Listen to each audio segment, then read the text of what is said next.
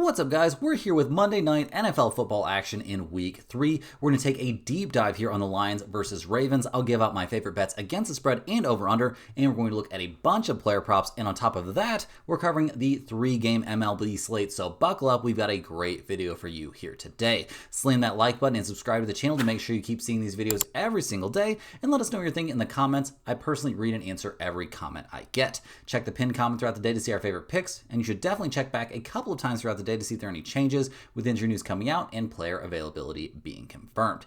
Yesterday, guys, a kind of an up and down Sunday out there. We didn't have a terrible day, ended up 3-3 overall. Got off to a great start there. We had the Colts minus 4.5, a blowout 41-20 win there for Indianapolis. Jonathan Taylor putting up 3 touchdowns. Danny Dimes staying clean out there with a touchdown pass, 0 interceptions and 0 sacks. Another very good day out there for the Colts. We had the Vikings at minus 3. That was a blowout 48-10 win. Carson Wentz remembers how to play football very clearly there. Jordan Mason couldn't be stopped in the running game, and just overall a very nice day there from the Vikings. It'll be interesting to see what they want to do at the quarterback position here moving forward. Now, unfortunately, we were on the Dallas Cowboys, a blowout loss there. Their offense couldn't do much. They had 0 answer for Caleb Williams. It was clearly the best game of his career, so a little bit shocking to see that, but maybe this Cowboys defense is just that bad at losing Micah Parsons. So yeah, that was an annoying loss. We also were on the Falcons, and this was clearly the biggest choke job of the entire day. The Falcons getting shut out there 30-0 by the Carolina Panthers.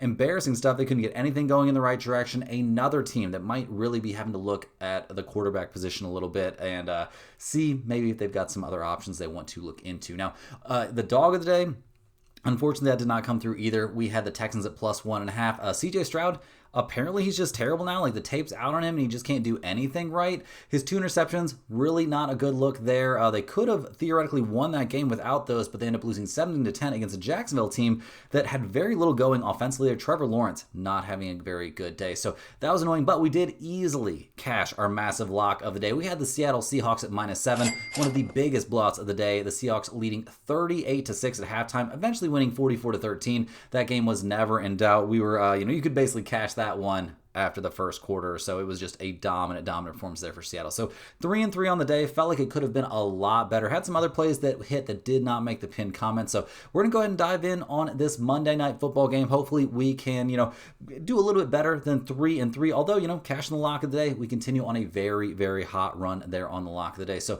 let's go ahead and dive in, guys. Not a ton of games to cover here, but we're gonna do a nice deep dive on all of them. And first up, we're looking at that Monday night football matchup between the Detroit Lions and the Baltimore Ravens. The Lions come into this game fresh off a Week 2 blowout win there over the Bears. Now at 1-1 on the season, they didn't get off to the start they wanted. Week 1 looked pretty bleak. They did not have a good time against the Packers, losing 27-13 and just really kind of looking like they weren't ready for the season or something. It was a very, very odd look. I thought they'd come out of the gates looking a little bit better. Not the case, but they did blow away the Bears there in Week 2, winning 52-21. A massive, massive day out there from Goff. 5 touchdowns, 0 interceptions, also zacked 0 times, and ended up with 334 yards through the air. We also saw big stuff from the Lions running game, something that couldn't get going at all in Week 1. Gibbs had a great day. 12 carries, 94 yards, and a touchdown. Snapped off a nice 42-yard run in that one. Montgomery also, they basically split carries here. He had 11 carries for 57 yards and a touchdown as well. He snapped off an 18-yard run. Just good things piled on top of good things there for that Detroit Lions offense. Amon-Ra St. Brown, a massive day, catching 9 out of 11 targets for 115 yards and 3 touchdowns. Jameson Williams caught 2 out of his 4 targets for 108 yards and a touchdown himself. The positives, like I was saying, guys, just keep on coming. No turnovers for the entire Detroit team. A very, very dominant offensive day there from the Lions. On defense, they did give up 21 points. Caleb Williams passed for a couple touchdowns against them, but they did sack him 4 times. Came with an interception in that game. They did struggle a bit against the run, which could be a big concern in this game. We'll see if that comes back to haunt them here. They didn't have a good answer for Rome Odunze last week, but overall, not a bad day out there. They generated 2 turnovers, had 4 sacks, gave up 21 points against the Bears. We'll see going down the stretch, how good or bad of a day that really was. But the Detroit defense really isn't looking like a monster strength to me this season. We'll see what they can do here against the Ravens, though. Looking at the injury news here for the Lions, we do see Taylor Decker is questionable there on the offensive line. Obviously, having an extra day to try and get healthy, that should help, but it seems like it's very up in the air whether or not he's going to play in this one. Defensively, once again this year, guys, the Lions are having a rough time staying staying healthy. We already see Marcus Davenport there, defensive end. He's going to be out for this game, confirmed out already. Jack Campbell there at middle linebacker. He is questionable. We'll see if he's able to get out there. It seems like with that ankle issue, he's fully questionable. Maybe not going to suit up for this game. Kirby Joseph, also on the injury list, listed as questionable. We'll see if he's able to play. Missing him would not necessarily spell good things. You don't be missing your safety. And DJ Reed at cornerback, he's also on the injury report listed as questionable with that knee issue. If he's out, we could see, a couple starters missing there in the secondary. That could be a big deal here. So obviously, health not really on the Lions' side, especially there on defense. A problem that this team has ran into in the past. Looks like they might be running into it here again. So we'll see who they have available here going up against these Baltimore Ravens, who are 1-1 on the season themselves. They're a team that got off to a annoying, not a bad start, I'm going to say necessarily. Great start to their season, really bad ending to that Week 1 game. They managed to have one of the most epic collapses in NFL history. They had a 99.1% winning probability and ended up losing 41-40 in that game there in Buffalo. They bounced back though, destroyed the Browns 40-17 last week. So they got back, where they expect to be. We love what we saw from Lamar Jackson. We love what we've seen from him so far this year. Passed for 4 touchdowns there against the Browns, 225 yards through the air, sacked 3 times but no interceptions. Didn't have to run the ball too much. Only ran it twice there for 13 yards. Derrick Henry had a weirdly not great day. 11 carries for 23 yards. He also had a fumble that wasn't great. It didn't get lost, but he did have a fumble. That's not ideal.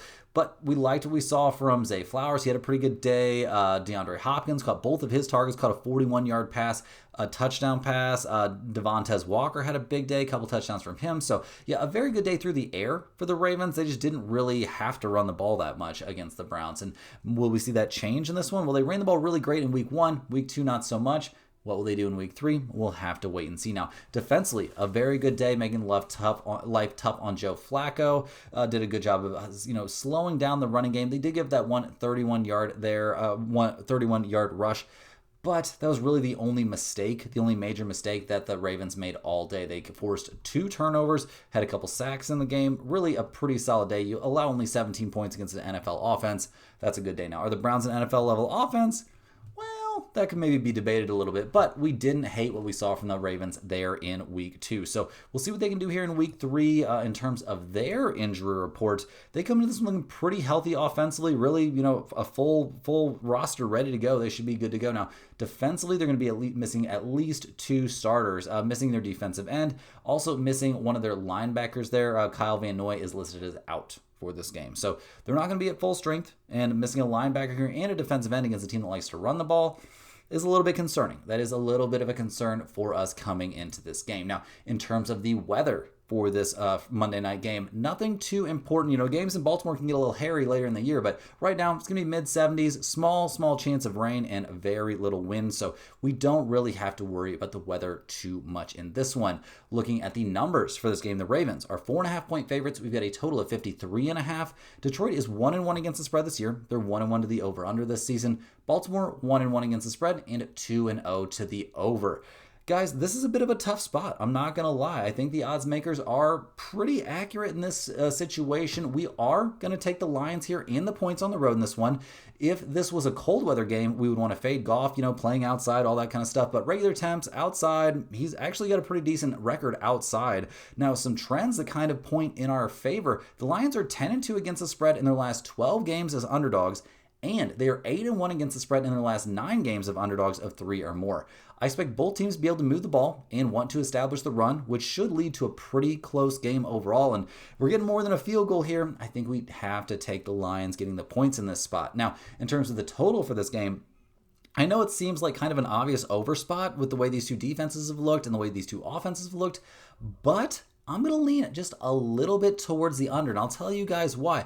Both teams are going to want to run the ball a lot in this matchup, and I don't think that is really something that's going to lead to a high total score in this game.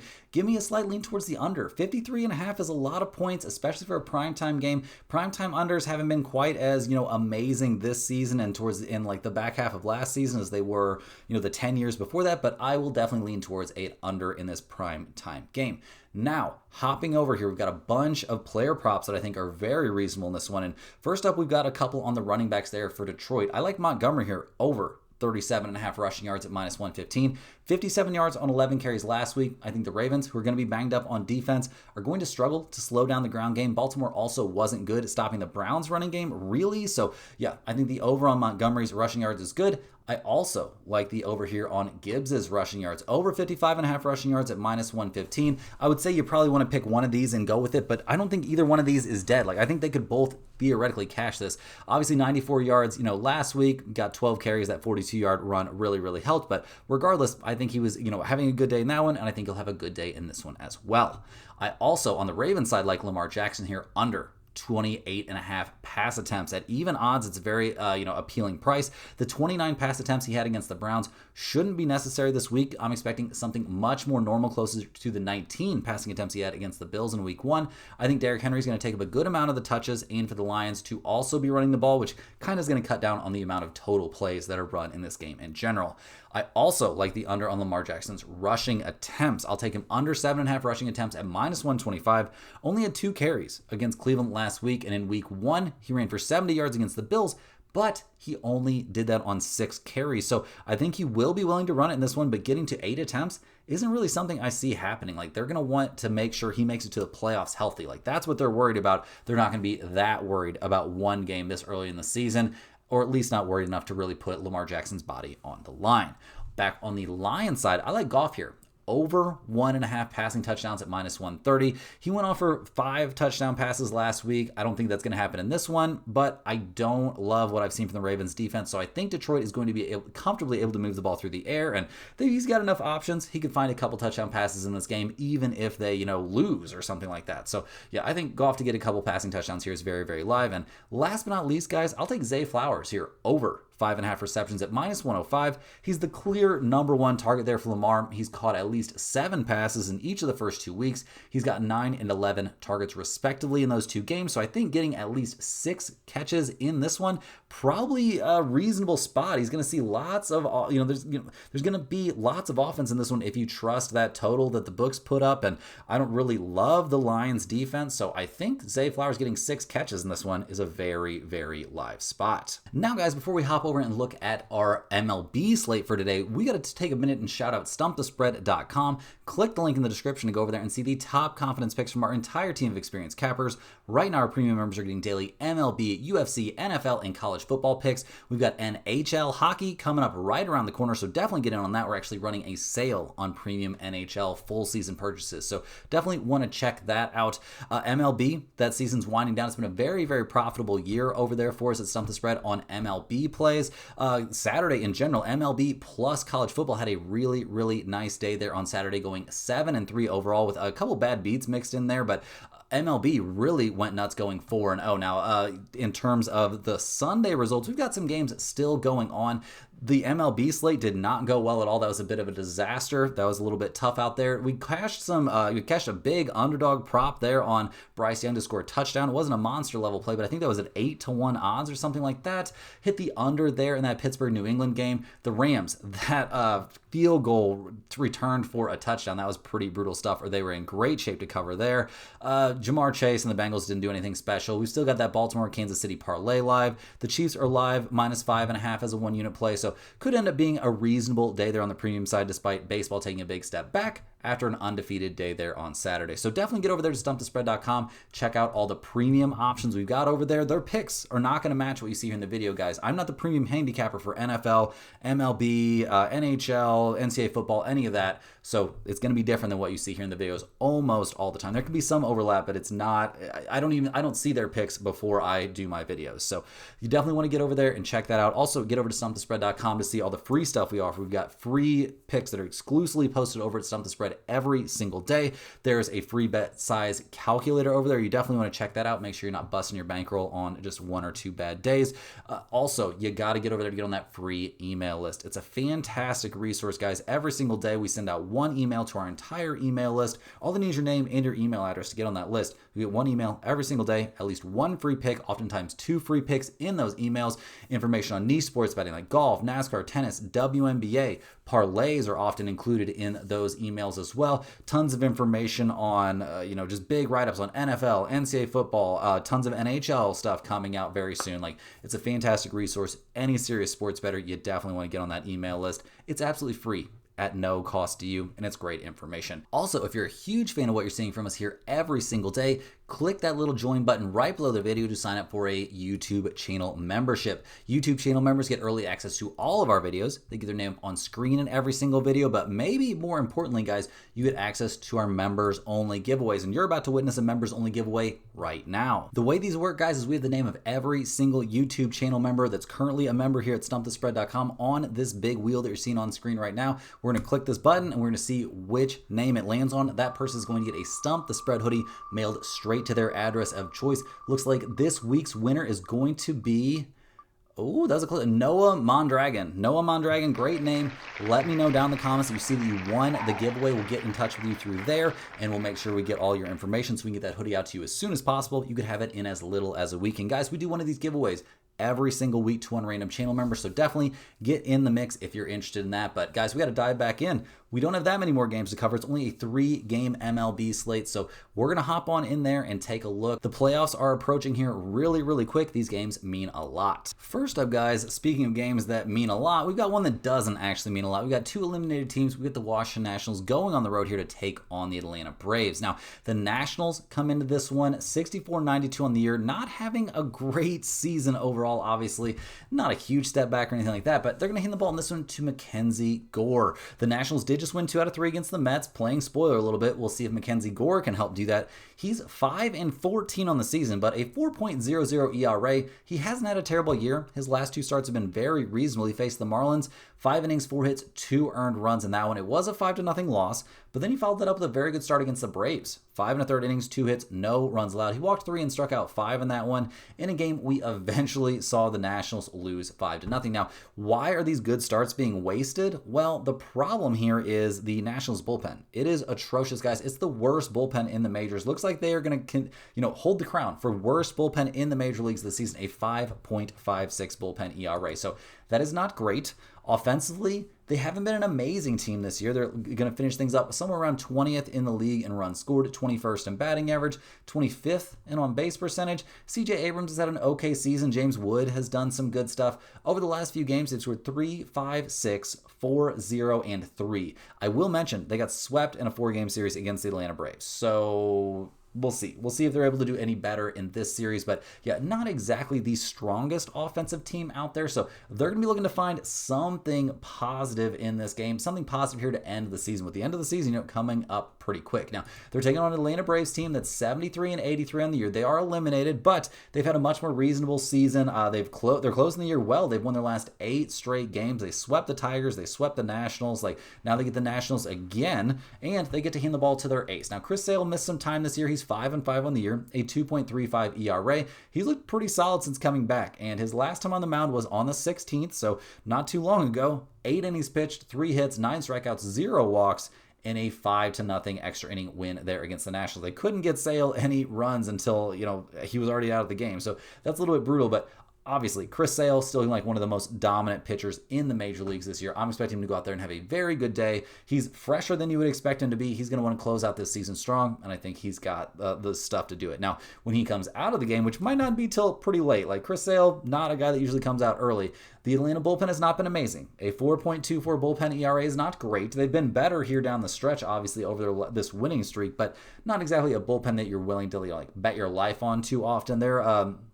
They've had their hiccups this season for sure. Offensively, we've seen the Braves come on strong here at the end of the year. Kind of ironically now that they're out of the mix, but they've scored 6, 6, 10, 9, 5, 6, 11, and 8 over this winning streak. They're up to 14th in the majors in runs scored, 12th in on-base percentage. If they would have had any decent pitching besides Sale, this team could have been pretty interesting, but just couldn't really get the job done. Matt Olson had a pretty good day, a pretty good season at the plate, batting .279, 28 home runs. They've got some hitters. They've got a pretty decent team overall, just injuries and bad luck, and that can really put you behind the 8 ball. So looking at the numbers for this game, the Nationals are plus 205. The Braves are minus 250. We've got a total of 7 in this game. Washington's 33-45 on the road, 40, 32, and 6 to the over on the road. Atlanta, 36 and 39 at home, 40, 31, and 4 to the under at home. I don't hate under 7 in this game. I know that's not a number that I'm going to love betting, but I do think under 7 is alive in this one. In terms of a side, though, I'm not betting against Chris Sale.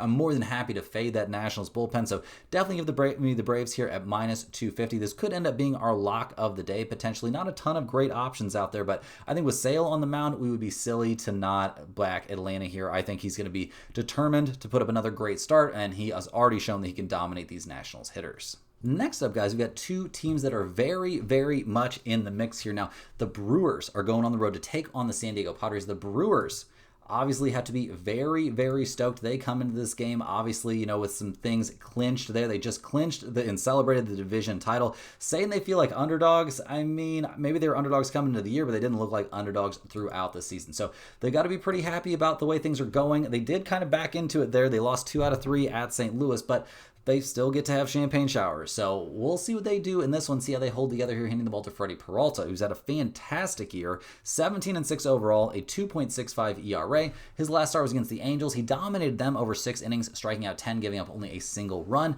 Before that, though, he had a bad start against the Rangers.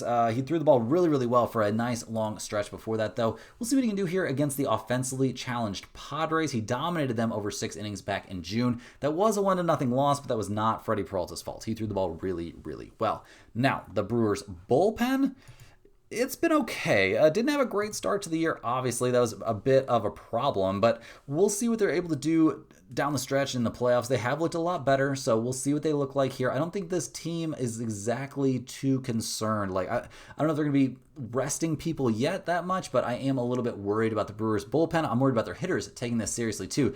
Not a good series for them against the Cardinals. They scored 1-3-1 over that series. And not like the Cardinals are the best pitching staff in the majors.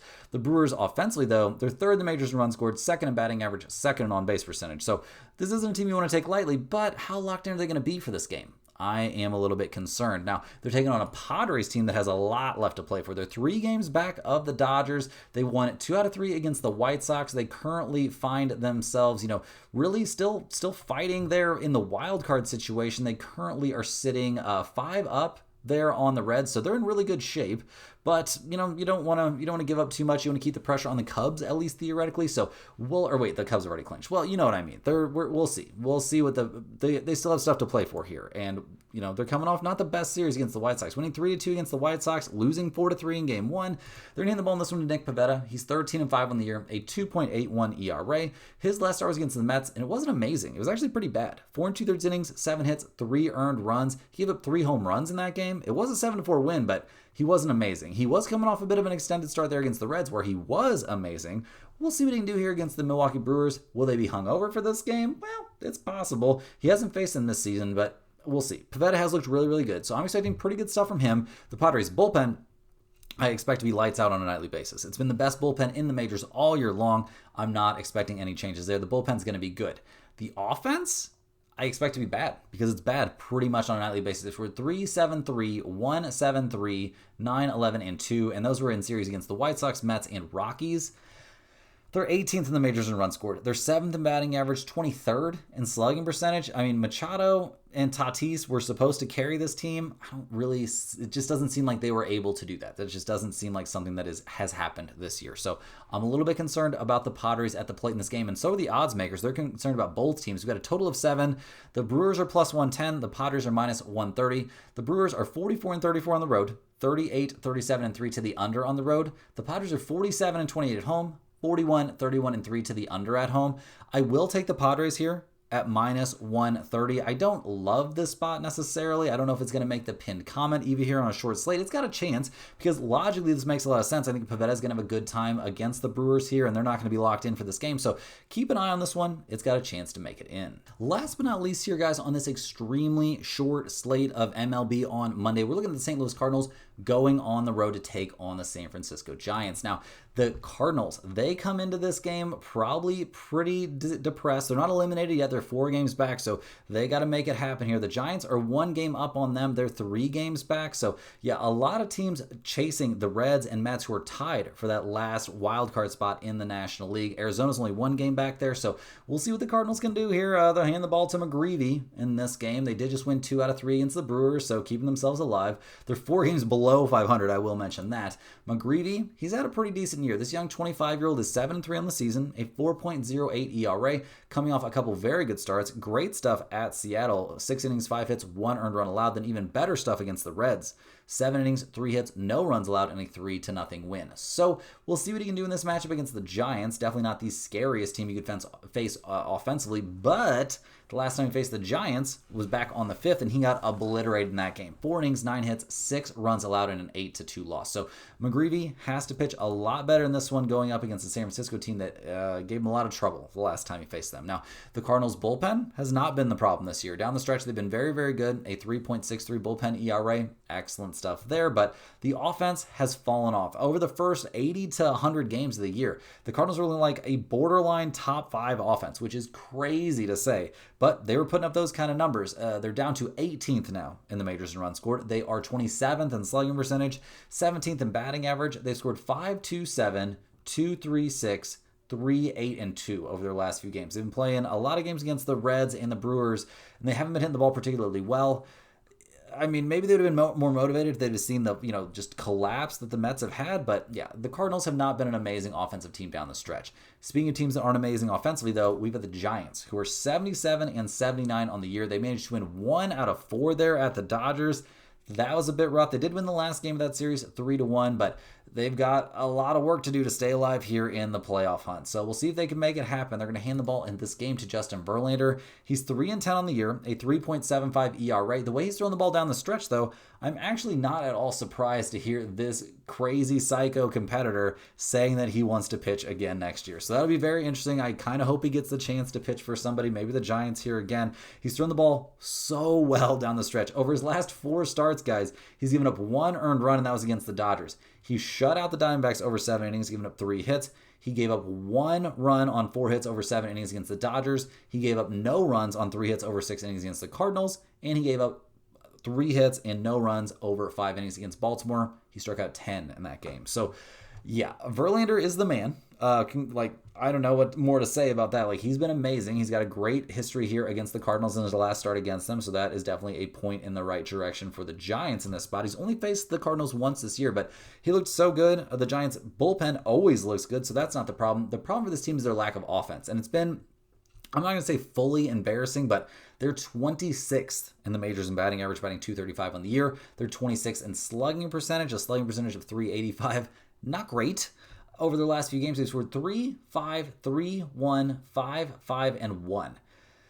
Not great. Not a very scary offensive team. So we'll see what they're able to do here against the Cardinals and Michael McGreevy, somebody they feasted against the last time they faced him. So at least that's something positive here. Looking at the numbers for this game, it kind of makes sense to me. The Cardinals are plus 125. The Giants are minus 150. Totals out there of 7.5 or 8. The Cardinals are only 32 and 43 on the road. 38, 33, and 4 to the over on the road. The Giants, 38 and 37 at home, 40, 32, and 3 to the under at home. You could maybe talk me into under 8. There's still some 8s out there, so that's an interesting number. I do think the under is in play in this one. In terms of a side, though, give me Verlander and the Giants. I think they're going to find a way to score some runs here against the Cardinals. I don't know that the Cardinals will be able to do that against this Giants team, so definitely San Francisco here is live at minus 150. It's not an amazing price, but I do think it's reasonable enough to get our interest. Guys, unfortunately, that's all the games we have here for today. Hit that like button for good luck on all of your bets. Subscribe to the channel if you're new around here. Let me know in the comments any questions you have on today's slate. I'm more than happy to get back to you. Thanks for watching. Make sure you're getting over there to stumpthespread.com, checking out everything we have to offer over there. The free picks are a great daily value. An even better daily value is getting on that email list. It's a fantastic resource every single day straight to your inbox. So definitely get on that email list. And we don't spam you with emails. You get 1 email per day. That's it. So get on there. Tons of great information. Guys, we'll see you right back here tomorrow. Same time, same place with a full MLB slate there on Tuesday. We're right here for you with more sports betting action.